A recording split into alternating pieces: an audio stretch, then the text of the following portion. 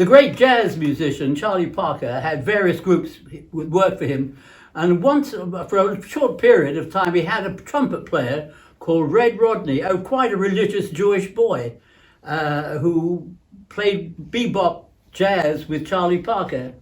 And he told me, I met him, and he was telling me an interesting story about Charlie Parker phoning him and saying he's got no money and he hasn't got a gig in view. Is there any way if Red Rodney can find him a gig? And Red said to him, well, I've got a Jewish wedding I'm playing at. I can get you in onto the band, but it's $100, but you know, it's a religious Jewish wedding. And Charlie Parker was the great jazz saxophone player, the greatest in the world. He said, I'll do it, don't worry about a thing, I'll do it.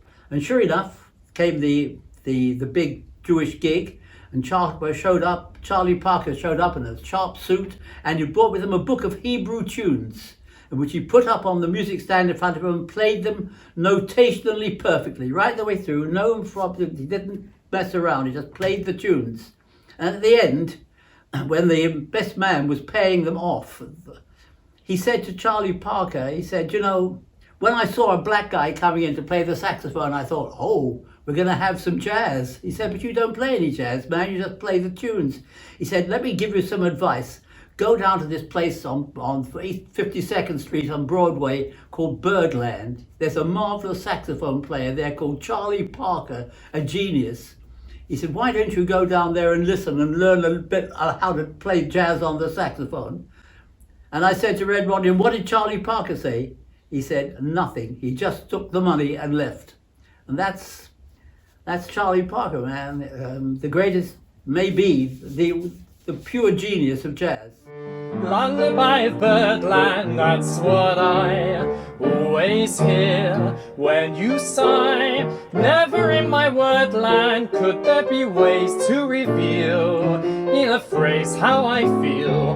Have you ever heard two turtle doves bill and coo when they love? That's the kind of magic music we make with our lips when we kiss. And there's a weepy old willow, he really knows how to cry. That's how I'd cry on my pillow if you should tell me farewell and goodbye. Lullaby of Birdland, whisper low, kiss me sweet, and we'll go flying high in Birdland, high in the sky up above, well, because we're in love.